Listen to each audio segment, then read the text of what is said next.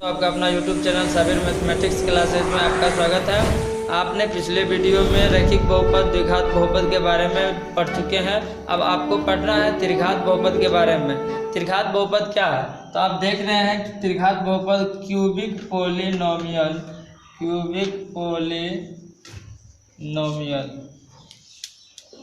त्रिघात बहुपद। त्रि का अर्थ होता है तीन और घात का मतलब हुआ पावर। तो जिस बहुपद का घात तीन हो अर्थात त्रिघात होगा। तो जिस बहुपद का घात तीन हो उसे त्रिघात बहुपद कहते हैं। त्रिघात बहुपद में आप देखेंगे वह बहुपद जिसका घात क्या हो तीन उसे त्रिघात बहुपद कहेंगे। जैसे आपको लिखा हुआ 4x³ plus 6x² minus 5x - 2।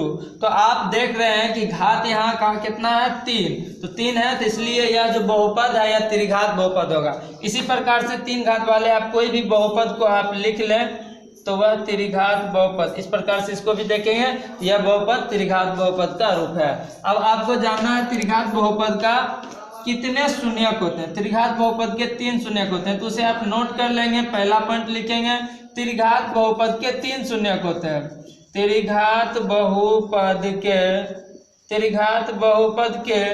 तीन शून्यक होते हैं। त्रिघात बहुपद के तीन शून्यक होते हैं। तो तीन जो शून्यक होता है जिसे हम अल्फा बीटा तथा गामा लिख सकते हैं।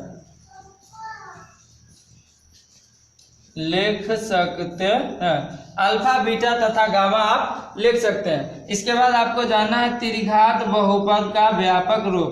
त्रिघात बहुपद का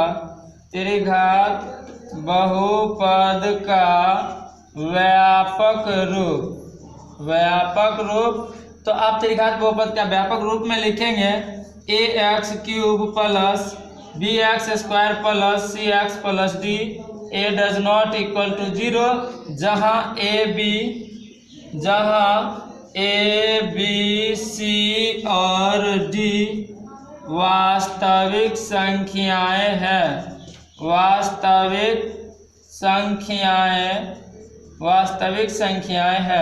a b c और d आपको वास्तविक संख्या है। इसी प्रकार से जैसे आपने देखा द्विघात बहुपद का व्यापक रूप ax² plus bx plus c a does not equal to 0 था। तो घात 2 से शुरू हुआ, त्रिघात है तो 3 से शुरू कीजिएगा।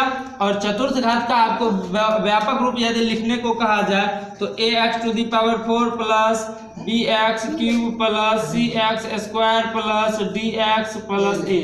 इसी प्रकार से a does not equal to 0 a b c d e आपको वास्तविक संख्याएं लिखना है।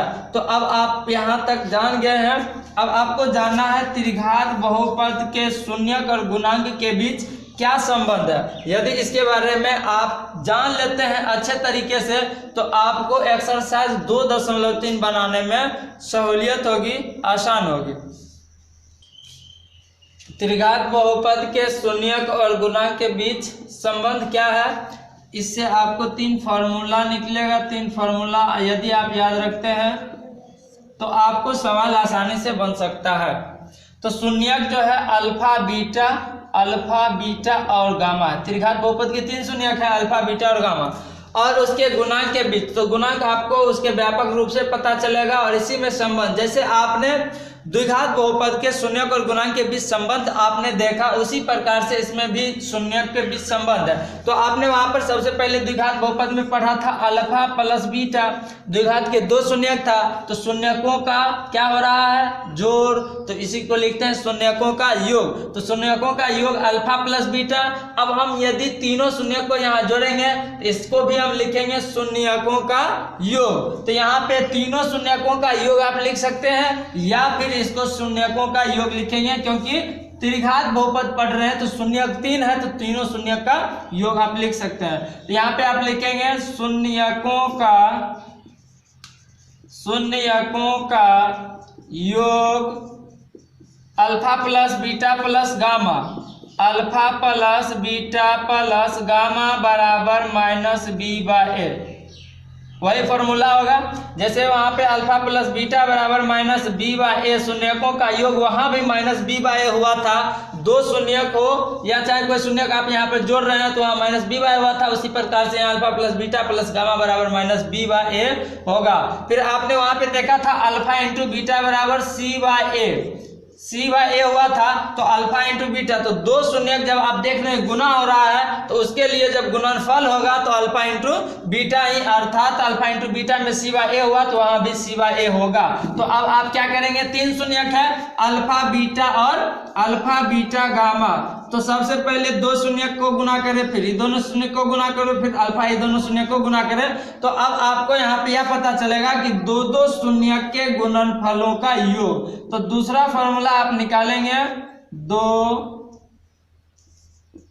शून्यकों के गुणनफलों का, या दो दो शून्यकों के, दो दो शून्यकों के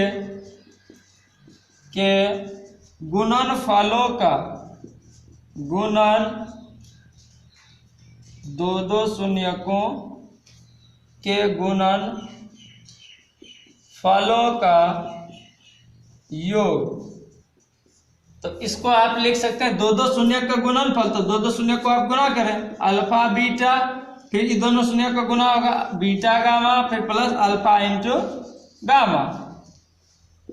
तो इसके लिए फॉर्मूला होगा सी बाय ए। और तीसरा फॉर्मूला है आपको तीनों शून्यकों का गुणनफल, तीनों शून्यकों का गुणनफल। तो तीनों शून्यकों का गुणनफल बराबर फॉर्मूला होगा अल्फा, इसको लिख सकते हैं alpha into beta into gamma बराबर माइनस डी बाय ए।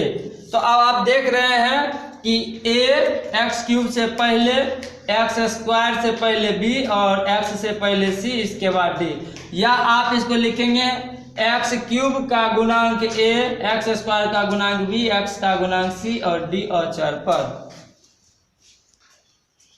त्रिघात बहुपद निकालना हो तो त्रिघात बहुपद के लिए फॉर्मूला आपको याद रखना है त्रिघात, चौथा फॉर्मूला, त्रिघात बहुपद बराबर